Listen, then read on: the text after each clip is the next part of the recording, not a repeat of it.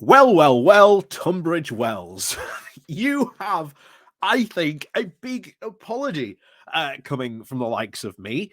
Um, because, to be honest, many of us in the north and those of us in those areas expecting, I say expecting with some massive quotation marks because we knew we weren't going to get it. Um, because we were expecting that money certainly to come to us because, well, you look at sort of where the need really is most for this leveling up money. And I think most people would probably agree it's not really a massive priority for Tunbridge Wells. Not that, of course, the people down in Tunbridge Wells do not deserve any sort of, money in sort of, for, development, economic growth, etc. Of course they do. But there are areas in the country that, shall we say, need it a lot more, who have been struggling for years.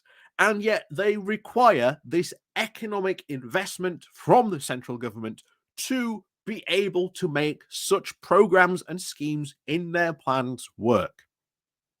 Take my own town, Barnsley, has a big plan at the moment, a big strategic plan called Barnsley 2030 that they have set out. This is our goal for 2030 for Barnsley. This is what we want it to be look like. And it's a massive, massive spending plan laid out for Barnsley, pretty much using Barnsley's very own money that it has been saving for quite some time. The council has been very, very open and said, look, we have been saving this war chest for quite some time.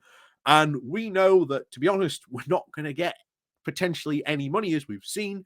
And we're going to make sure that at least, the investment has been done and has been carried out to the best of our possibilities. So they have been building this war chest, as they've described it, for quite some time. But like I say, before we get any further into this and describing what has gone on really with Tunbridge Wells, please do remember to hit the like, share, and subscribe button. And of course, down below, there are links to my Patreon page and a one-off donation link called Buy Me Coffee, where you can, buy me coffee. And of course, there is the YouTube thank you button as well down below. And of course, there is the Pony Club, where you can join that as well. And you get all sorts of cool stuff as well. Also, if you are on the Pony Club or on the Patreon, you also get access to all the videos that I make specifically for you guys. And like I say, there is quite a content library building up now for you guys. I've been doing it for quite a while, so it's been building up quite nicely for you. So there's a lot of content growing there for you guys to sort of go through. So Tunbridge Wells, well. You may remember, of course, back during last summer's big, very hectic leadership contest between Rishi Sunak and, of course, Liz Truss, where they were zooming around the country, doing the grand tour of all the local Conservative associations, trying to get as many voters to them as they could, to get them to vote for them. And of course, there was that infamous clip that I've said, if Rishi Sunak is Prime Minister, and even if he's probably not Prime Minister, should absolutely be played on loop. There he was, down in Tunbridge Wells, saying that they had inherited this old formula from Labour, which gave development money to inner cities and other places that probably needed it a lot more, and then diverted it to Tunbridge Wells. Places who he said were more deserving of this money. Well, guess what? There is a reason why the larger Conservative Party hates with a passion local government, because local government will very, very often, very much gladly hoist the central government by their own petard. And in this case, they have hoisted Rishi Sunak by his very own words and essentially his lack of actions. Because this is what happened very recently. When this all came out, there was a bit of a kerfuffle, and Tunbridge Wells City Council were invited to say what they had to say about Rishi Sunak saying that he had diverted money to them. So this is what they had to say.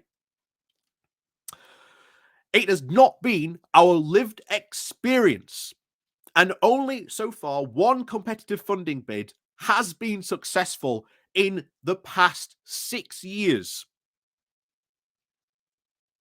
6 years. Only one successful bid. They also want to say this, because this is how insane these promises from the Tory government have been about levelling up. They have been absolutely chaotic. No one's been able to understand them sometimes, or sometimes they've been going for that money, putting a full plan, the money's been there, and then all of a sudden, gone. But we applied for that money. Where's the money gone? Oh, it's in this pot of money now. You have to do the complete reapplication process again from scratch to be able to apply for that money. Doesn't matter that your bid's been successful. And this isn't just a single example. This is from multiple councils all over the UK that have experienced this. And this is what they had to say about how chaotic this has been. So the government funding schemes to promote growth and levelling up start, change, and stop with bewildering frequency and severely limit local authorities' ability to plan and manage growth over a sufficient period. So this is this is what that's what they've said, and of course they were invited to a group, and they were invited, and this is what they had to say, because it was about sort of the whole funding for leveling up and what they had to say, and they were invited, and they knew the exact reason as to why they were invited because they even said it. So we suspect that Tunbridge Wells Borough Council might have been invited because of the suggestion that the government has changed funding formulas to benefit areas like Tunbridge Wells. As this submission will demonstrate, this has not been our lived experience.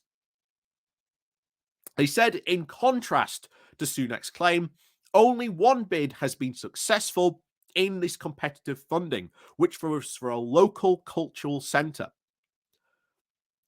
They criticised what they call the proliferation of multiple competitive pots over the last decade, and it said that it has led to fragmentation and the inefficiency, complexity, and administrative burdens. That these constant false dawns and the stop-starts have constantly changes to the existing schemes. It erodes any trust and confidence in any next scheme or incentive that is launched.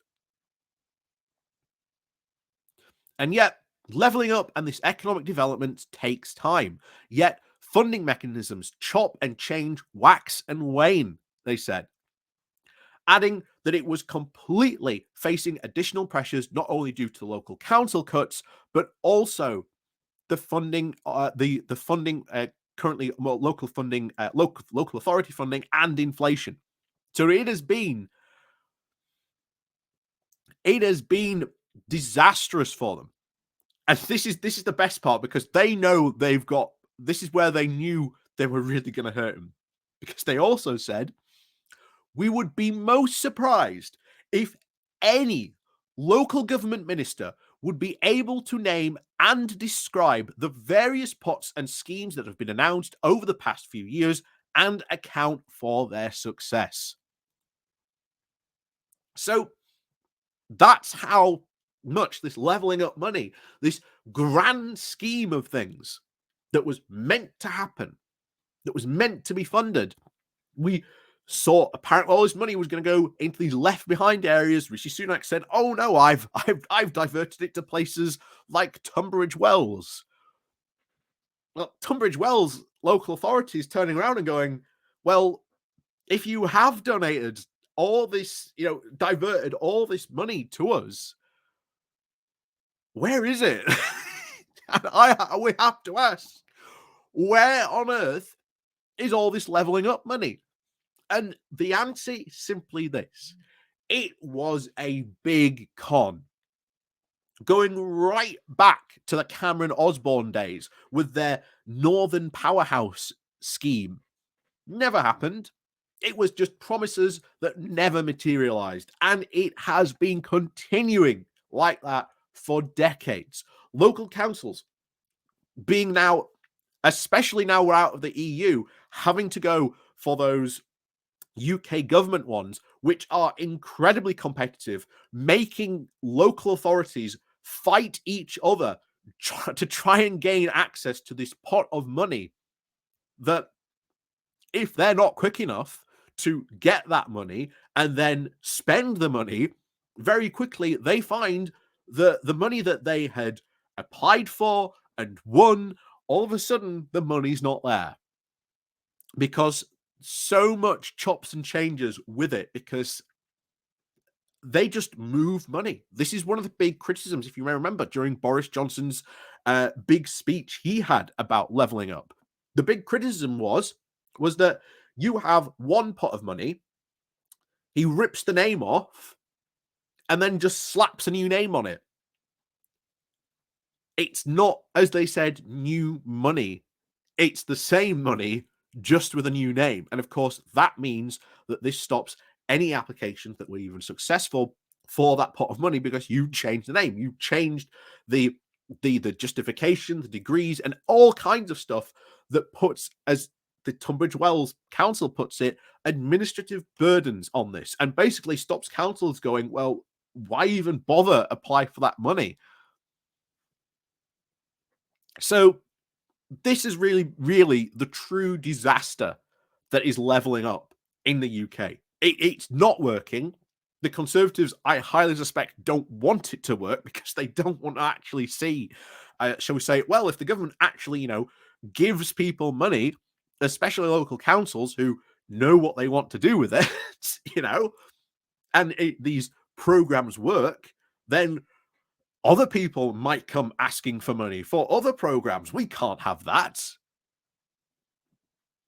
But that's unfortunately the current agenda and the idiocy that goes on in the Conservative Party. So, Tunbridge Wells, sorry that we, shall we say, got on at you for having all that money diverted for you when you didn't need it. But it turns out it was all right, because Rishi Sunak never even gave you that money in the first place. So I guess we're all square when it comes to no one getting any leveling up money whatsoever.